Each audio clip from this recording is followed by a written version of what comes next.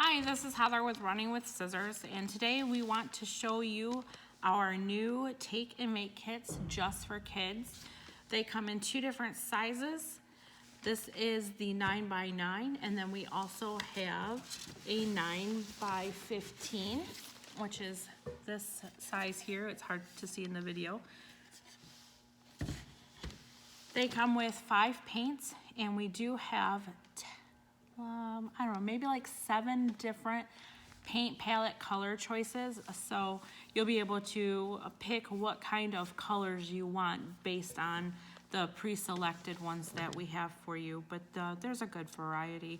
You'll get a disposable apron. You'll get the pre-painted board. It's painted white and it's ready to go. You'll get your application sponges. You'll get a squeegee.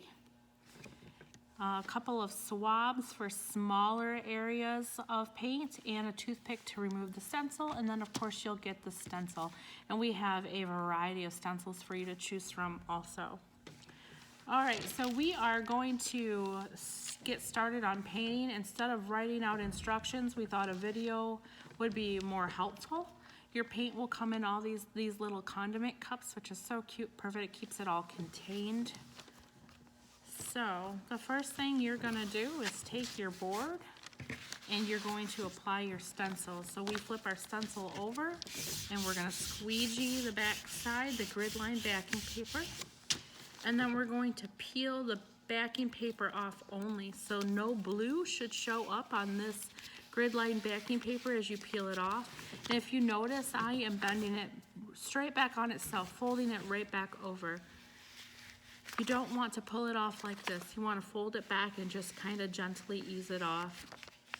If any blue sticks to the paper, just push it forward and down like this right here. I'm just going to push it forward, down, put a little crease in that paper, and keep on pulling it off.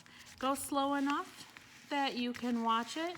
The kids will be able to do this with a little bit of guidance for you. It might help if they watch this video also.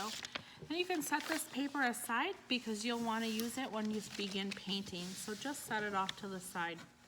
All right, you're going to flip your stencil over and lay it on top of the board. And our stencils are cut to fit the size of our boards. So you'll just want to pull it around till it gets to the edges of your board. Now this design I did make so it goes straight to the edges all over. So it will go right to the edge and then just slightly over. And it was made that way. Take your squeegee and you're just going to squeegee it down.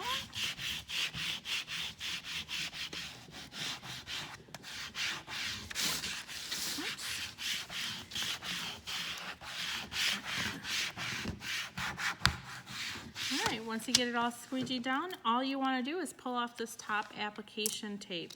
Okay, that's the clear tape. No clear tape should be left on the project before you paint. So you're just gonna, just like you peeled the backing paper off, you're gonna peel this top clear tape off the same way. Fold it straight back on itself and then just pull it off. Just slow so you don't pull any of the stencil. All right, and that's that. And then you can just set that to the side.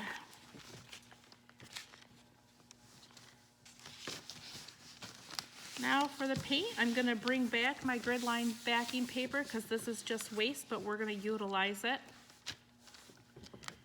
And I am only going to use 2 colors out of the paint kit that I got. So you can save this leftover paint for another project.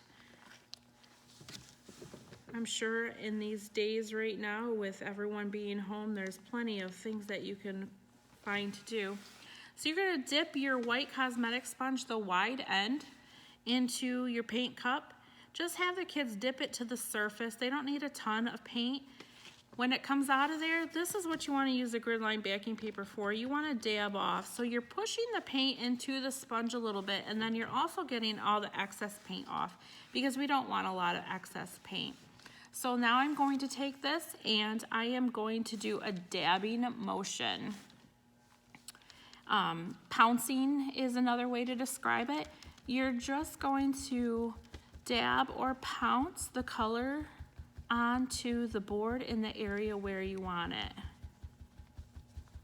You're doing a very, very light coat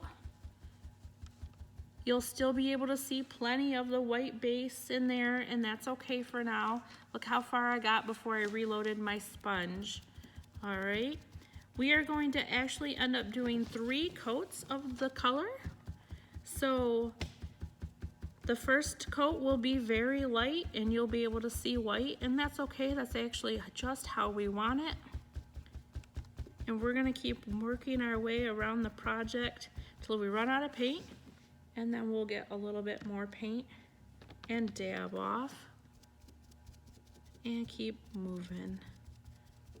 We provide you with plenty of paint even though it doesn't look like it. Our paint cups are only 0.75 ounces and we probably only fill them about halfway full, but it's more than enough paint, and there'll be paint left over that you can use on something else. Our paint is water washable, so no need to worry about the kids getting it on their hands. However, it will not come off of clothes. It won't come out of carpet unless you act very, very quickly before it has an opportunity to dry. So just make sure you work on a surface that you can clean up afterwards. Okay, there's my first coat of red, and I'm going to just let that dry, but while I'm letting that dry, I'm gonna start on my blue. I'm going to do Play Ball in blue. This is our Moonlight Path, and if you're wondering, this is Hot Tamale. Again, I'm gonna take the wide end of a cosmetic sponge, I'm gonna dip it into my paint, and then I'm gonna dip off onto the grid line backing paper waste. And I'm just going to go ahead and start the Play Ball.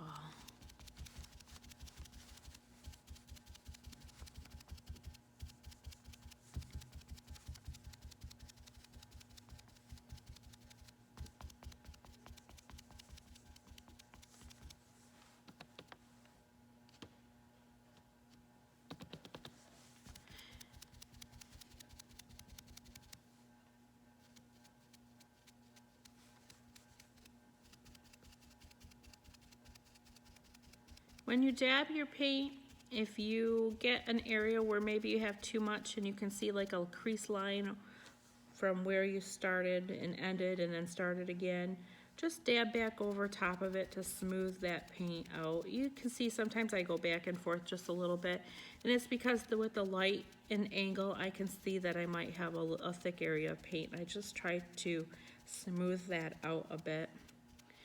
Now we're gonna do a second coat. However, before we do a second coat, we wanna make sure that our first coat is dry. We never wanna put another coat of paint over a wet coat of paint. Putting a second coat of paint over a wet coat of paint, all it's going to do is pull up that base coat of paint that's not dry. So you never want to put another coat on top when it's not quite ready. Let that first coat dry all the way, and then you can put that second coat on. So through the magic of video, I paused and got 2 additional coats on this, letting each coat dry in between. And now I am just at the final stage of letting that third coat dry.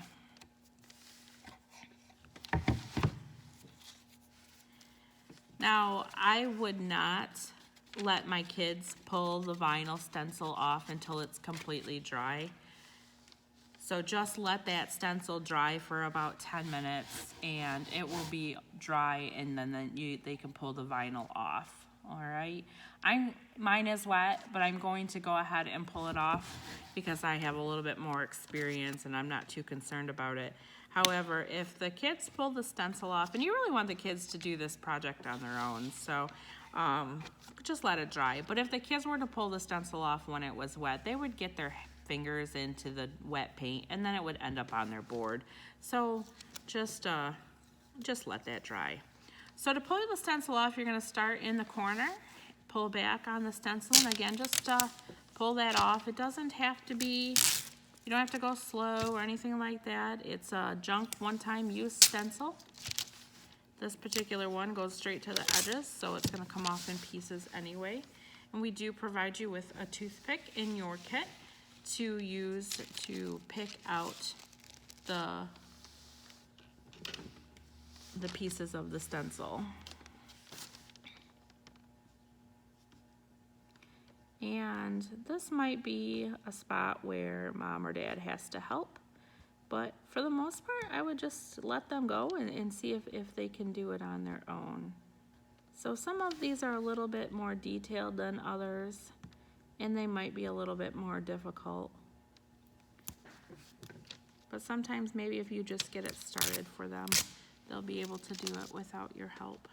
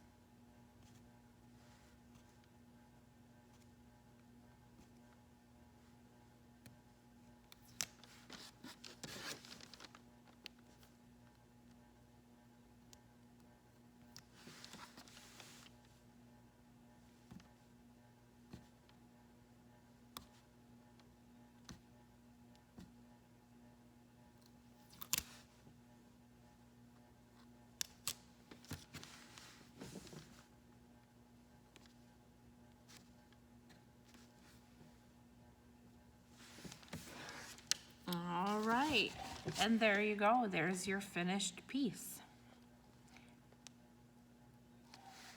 You can get our kits online on our website at www.rwsworkshops.com.